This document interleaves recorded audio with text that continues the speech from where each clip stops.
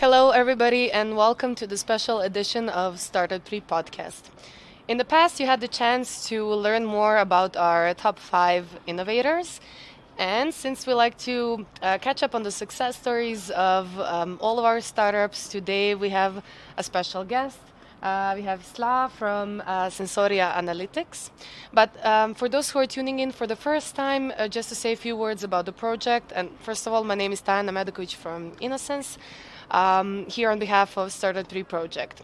This is actually an H2020 funded program, which is dedicated to deep tech. It's sector agnostic, and it started off by having 250 applicants. Then, through the acceleration progress, we sifted through top 25, top 10, and finally top 5. So, I'm sorry, first we started off with top 25, 10, then 5. So today, as I said, we have Sla from Sensoria Analytics. Sla, welcome. Thank you. Great having you here.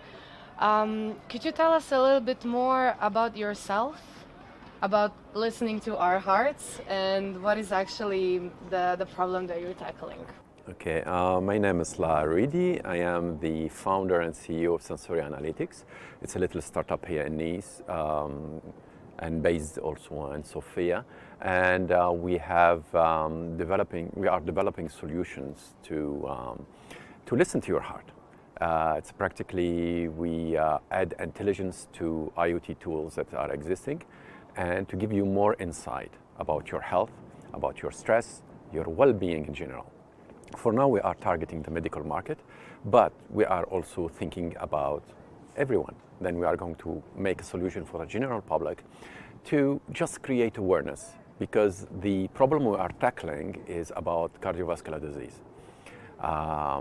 People die, a lot of people die from cardiovascular disease. It's 1 out of 3 deaths in this world is attributed to cardiovascular disease. The problem is that most people, they are not aware that they have this silent killer. They can be young, those athletes that they are playing in the field and suddenly puff, they fall. It's because of genetics, for example. They can, for example, have a lot of stress that can affect their heart, and they give up at one day. The idea is to bring information, tangible information, objective data in the hands of everyone to figure out to be aware that there is a problem, okay?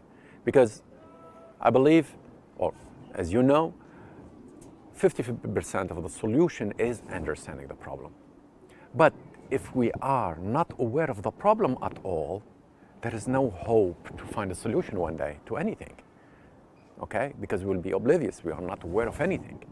And the idea is to be aware when we are stressed, when we need to take it easy, when, for example, sounds going down south, like I explained it before, for example, for the COVID.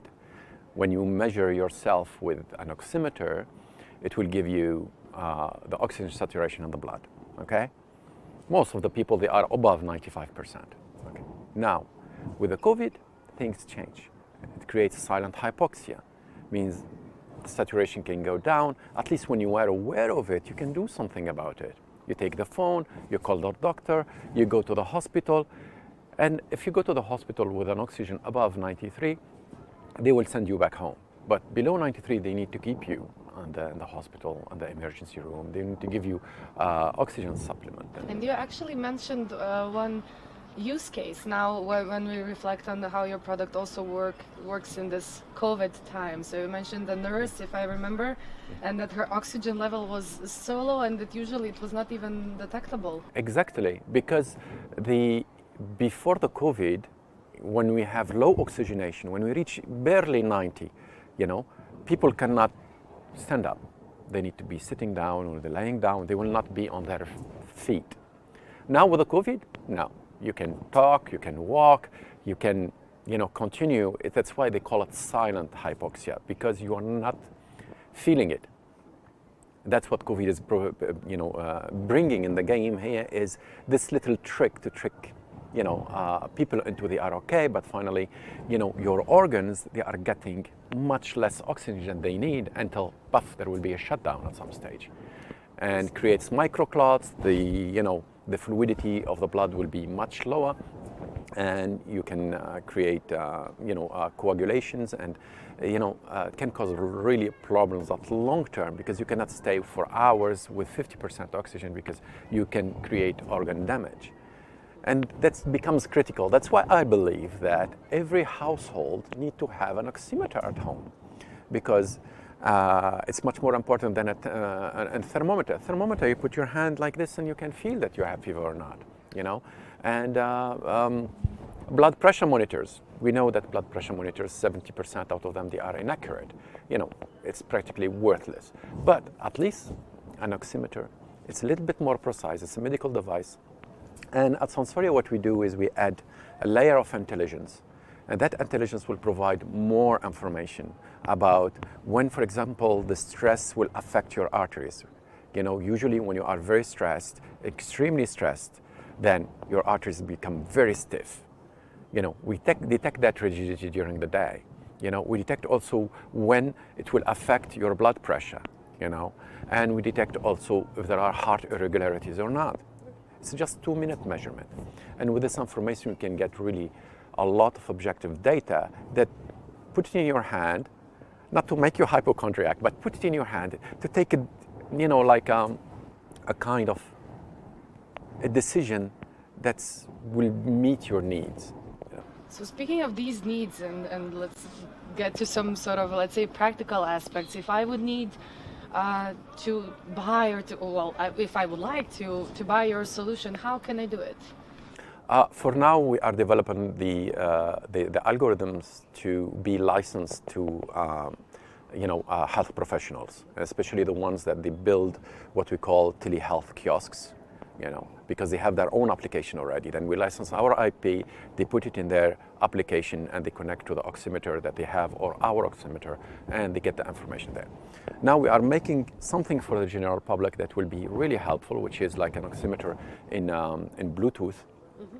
And you connect with the application just for 2 minutes, and it will help you. For example, we are putting there like some serious games. It will help you, for example, to learn how to breathe. Because most people, with time, with the stress, they forget how to breathe, because breathing is extremely important. And usually we breathe with the thorax, the chest, while we need to breathe with the belly or the diaphragm. And that's really very important, because we notice it with our guinea pigs that they are having high blood pressure. All of them, they don't breathe very well. But when we put them into breathing courses, and after 2 months, they succeed to reduce their blood pressure, because finally they know how to breathe. And the mechanism is pretty simple, because the deeper you breathe, the slower and the deeper you breathe, the less stiffness in the arteries. And if the arteries are less stiff, then what will happen is the heart doesn't need to pump the blood with high pressure. A lower pressure will work too.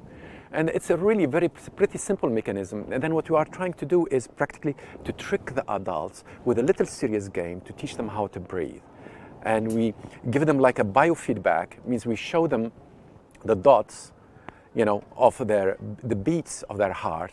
When it's outside the circle, means that you are not really doing very well. You need to breathe in to bring these points inside the circle.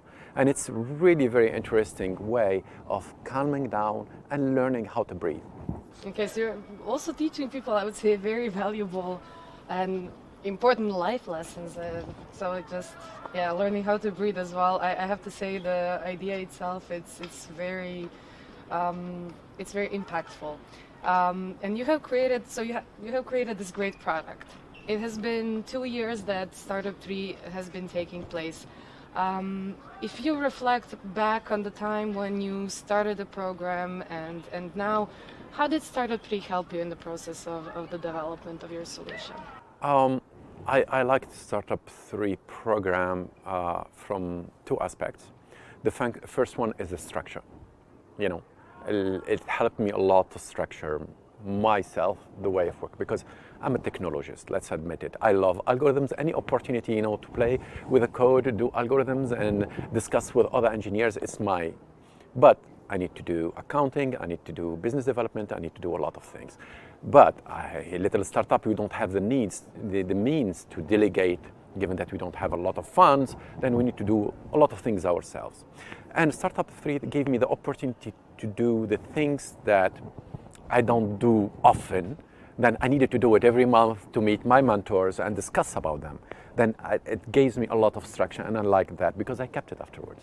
Okay, I'm very glad to hear that, because I would say that that was some sort of core idea behind the acceleration program, to equip you with knowledge that you do not necessarily have or do not need to have at that point, because exactly. you're focused on your solution. Exactly. So thank you very much for these kind words.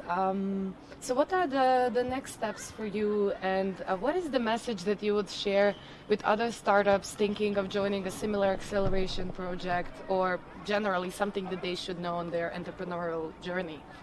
Most of the people, they would think, look, I have a lot of hats, why do I do this again? I'll spend losing one day every week or every 2 weeks just to deal with this. But at the end, it's worth it. The reason it's worth it, it's because, it saves you a lot of time, because it makes you prepare for other things. For now, when I talk to investors, I have my pitch ready, because I practice it with you, I practice it with Ornella, and she also gave me excellent feedbacks about it. I have all the slides. I have just to update few slides just because of the, how things evolved. But finally, it helped me, as I said, structure and also prepare at the same time. Okay, I'm very glad to hear that. So where can interested stakeholders reach you, and where they can see you next?